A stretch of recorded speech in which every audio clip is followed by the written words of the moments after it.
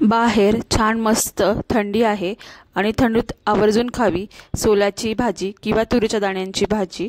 आज आपण ही भाजी बनवणार आहोत। नमस्कार, Naman food and travels daily vlog मध्ये तुम्हा सर्वांचे मनापासून स्वागत। आज आपण करणार आहोत तुरीच्या दाण्यांची आमटी। इथे अशा प्रकारे आपण सगळ्या तुरीचे दाणे काढून घेणार आहोत।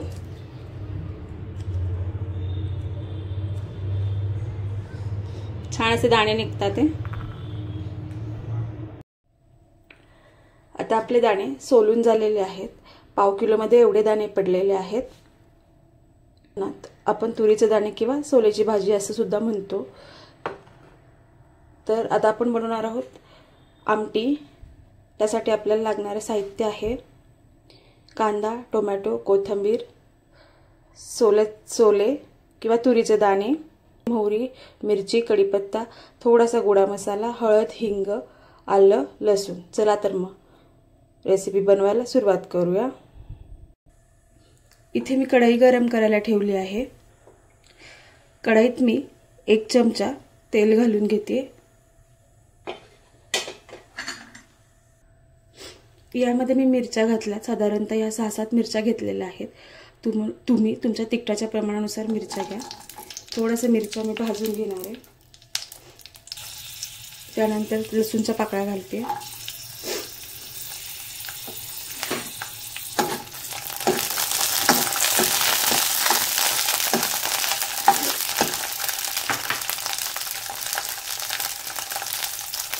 आलं।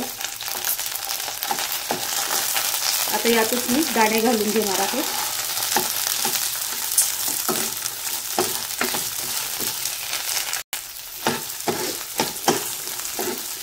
थोडेसे दाणे परतून घेणार आहे मी इथे तेलामध्ये।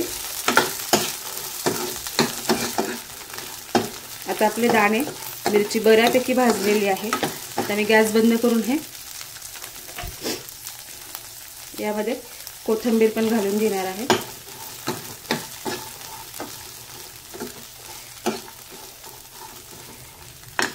आता हे सर्व मी मिक्सर मधून बारीक करून घेणार आहे। अशा प्रकारे याची छान बारीक पेस्ट बनवून घेतलेली आहे। पेस्ट बनवताना मी यामध्ये पाणी सुद्धा घालून घेतलं होतं। याच कढईमध्ये पुन्हा मी तेल घालून घेते। आता आपलं तेल छान गरम झालं आहे। याच्यात मी थोडी मोहरी, थोडी जिरे टाकून घेते।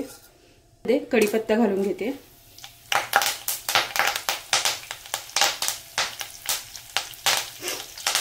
लसूण, यामुळे काय होतं, लसणामुळे चव खूप छान येते म्हणून पुन्हा घातलेलं आहे।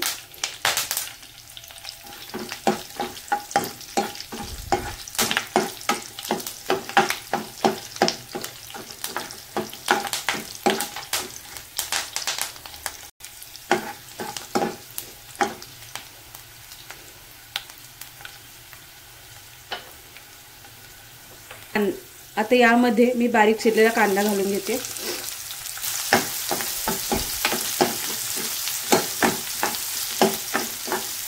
बऱ्यापैकी आपला कांदा तेलामध्ये छान परतला आहे। यामध्ये मी हळद, हिंग घालून घेते।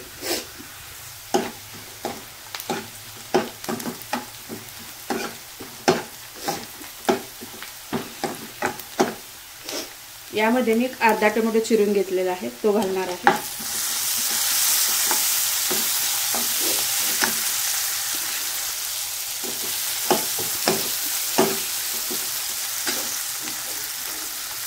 यामध्येच मी अर्धा चमचा गोडा मसाला घेतलेला आहे, तो घालून घेते।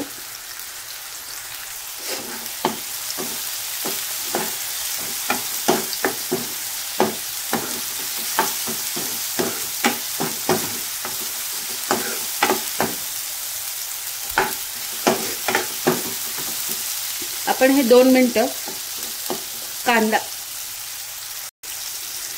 आणि टोमॅटो आपण हे तेलात जरा शिजवून घेणार आहोत, थोडं 1-2 मिनिटं। आता आपला कांदा टोमॅटो हे बऱ्यापैकी शिजलेलं आहे। यामध्ये आपण दाण्याची पेस्ट घालून घेणार आहोत आता आपण बनवलेली।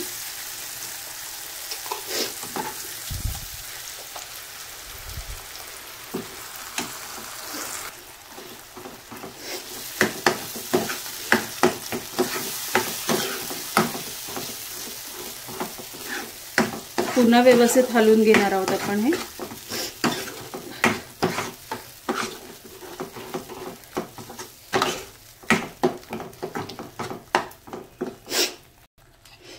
आता यामध्ये मी पाणी घालून भांडे धुवून घेणार आहे. साधारणतः अर्धा ग्लास पाणी घेतलेलं आहे मी इथे. यामध्ये घालून घेणार आहे. व्यवस्थित हलवून घेणार याला.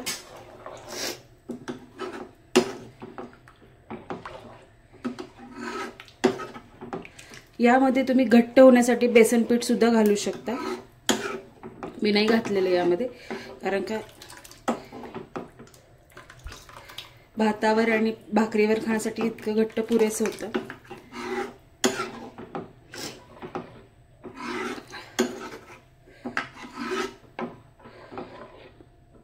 पाणी हवं असेल तर आणखीन वाढू शकता.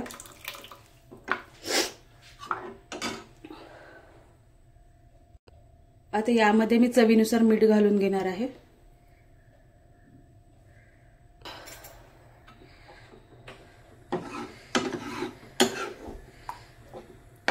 मीठ घातल्यावर मी हलवून घेतले आहे. याला भाजीला उकळी आलेली आहे आपल्या. आता मी इथे झाकण ठेवून एक 3 ते 5 मिनिटं शिजून देणार आहे. आता 5 मिनिटं झालेले आहेत. मी झाकण काढून घेते.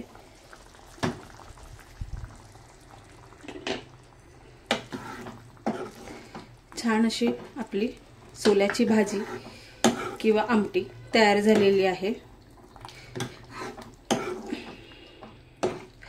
डाळीचे पीठ टाकायची गरज नाही पडलेली. भाजी बऱ्यापैकी आपली छान घट्ट झालेली आहे.